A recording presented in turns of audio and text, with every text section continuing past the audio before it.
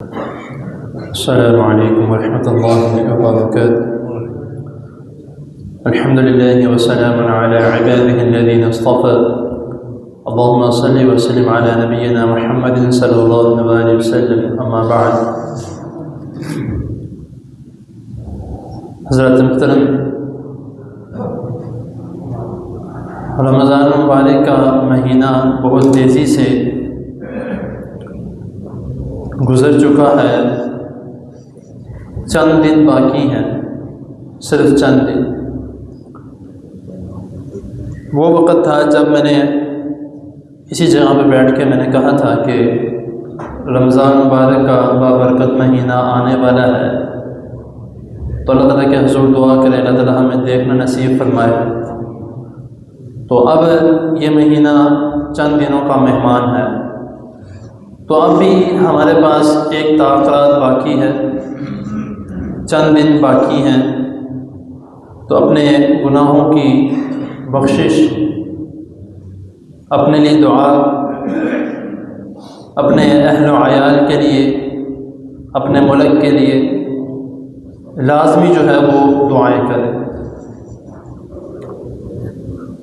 تو رمضان مبارک کا ایک آخری عمل جو ہمارا ہوتا ہے، کیونکہ پچھلے نشست میں نے صدقہ فطرانے کے متعلق بتایا، تو اس کے بعد ایک آخری عمل ہمارا عید کا ہوتا ہے۔ شوال کا چاند نظر آتا ہے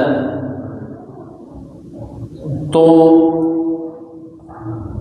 ہم ایک دوسرے کو مبارکباد دیتے ہیں کہ چاند نظر آ گیا وغیرہ وغیرہ۔ تو عید کے متعلق جو چند احکام و مسائل ہیں، عید کے لیے آنا، کس طرح آنا ہے، کیا طریقہ کار ہے، اس کے متعلق میں آج بتاتا ہوں، اور عید کی نماز کے متعلق انشاءاللہ اگلی نشست میں بتاؤں۔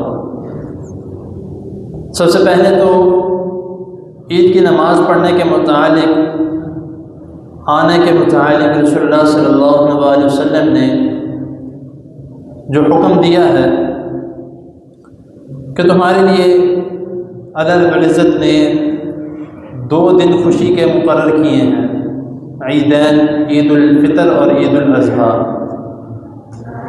یہاں پہ ایک بات میں ساتھ، ویسے ٹاپک کے اتنے نہیں ہے، لیکن اللہ رب العزت نے اور نبی کریم صلی اللہ علیہ وسلم نے صرف اور صرف 2 عیدوں کا ذکر کیا ہے، عیدین، یہ تثنیہ کا صیغہ ہے۔ اس کے علاوہ کوئی بھی اگر عید منائی جاتی ہے یا کسی تہوار کو جو ہے وہ عید کا نام دیا جاتا ہے تو قرآن و حدیث کے خلاف ہے۔ تو یہ 2 دن خوشی کے اللہ تعالیٰ نے جو ہمیں دیے ہیں، اور سب سے پہلے جو عید الفطر کا ہے، اس کے متعلق نبی کریم صلی اللہ علیہ وسلم نے ہمیں یہ حکم دیا ہے کہ کچھ کھا کے آؤ، اور نبی کریم صلی اللہ علیہ وسلم کی سنت اور آپ کا عمل مبارک یہ تھا کہ جب آپ عید کی نماز پڑھنے کے لیے آتے تو رسول اللہ صلی اللہ علیہ وسلم تاک کھجوریں کھا کر آتے تھے۔ تاک 1 بھی ہو سکتی ہے، 3 بھی ہو سکتی ہے، 5 بھی، 7 بھی، 9 بھی، جتنی آپ سے کھائی جا سکتی ہے آپ کھا سکتے ہیں۔ ضروری نہیں ہے کہ 5 ہی کھانی ہے یا 3 ہی کھانی ہے، 1 بھی کھا سکتے ہیں۔ دوسری چیز جو ہے، عید کے لیے جب آنا ہے نماز پڑھنے کے لیے، تو حدیث کے مطابق جو نبی کریم صلی اللہ علیہ وسلم نے فرمایا ہے کہ نیا لباس پہن کر آؤ، دھلا ہوا لباس پہن کر آؤ۔ اگر نیا لباس نہیں ہے تو اچھا دھلا ہوا لباس پہن کر آؤ، خوشبو لگا کر آؤ۔ بعض دوست احباب کہتے ہیں کہ کوئی نہیں، ایسے عید کی نماز پڑھ لیتے ہیں، بعد میں جو ہے وہ تیار ہو کے پھر رشتہ داروں کی طرف چلے جائیں گے۔ یہ رشتہ دار بعد میں ہے، جس کے متعلق اللہ تعالیٰ نے نبی کریم صلی اللہ علیہ وسلم نے حکم دیا ہے، پہلے وہ عمل کر لیں۔ میں اکثر جو ہے وہ نماز کے متعلق ایک بات بیان کرتا ہوں کہ ہم نماز پڑھنے کے لیے آتے ہیں تو کسی نے لانگ نکر پہنی ہے، کسی نے کوئی ٹراؤزر پہنا ہے وغیرہ، اس طرح کے ہم آؤٹ فٹ پہن لیتے ہیں نماز پڑھنے کے لیے۔ تو ان لوگوں سے میں ایک سوال یہ کرتا ہوں معذرت کے ساتھ، نماز تو ہو جاتی ہے، سطر چھپا ہونا چاہیے، نماز ہو جاتی ہے، لیکن اگر ہم اسی طرح اپنے کسی رشتہ دار، کسی مہمان کے گھر جانا پسند کریں تو جائیں گے؟ ہم نہیں جاتے۔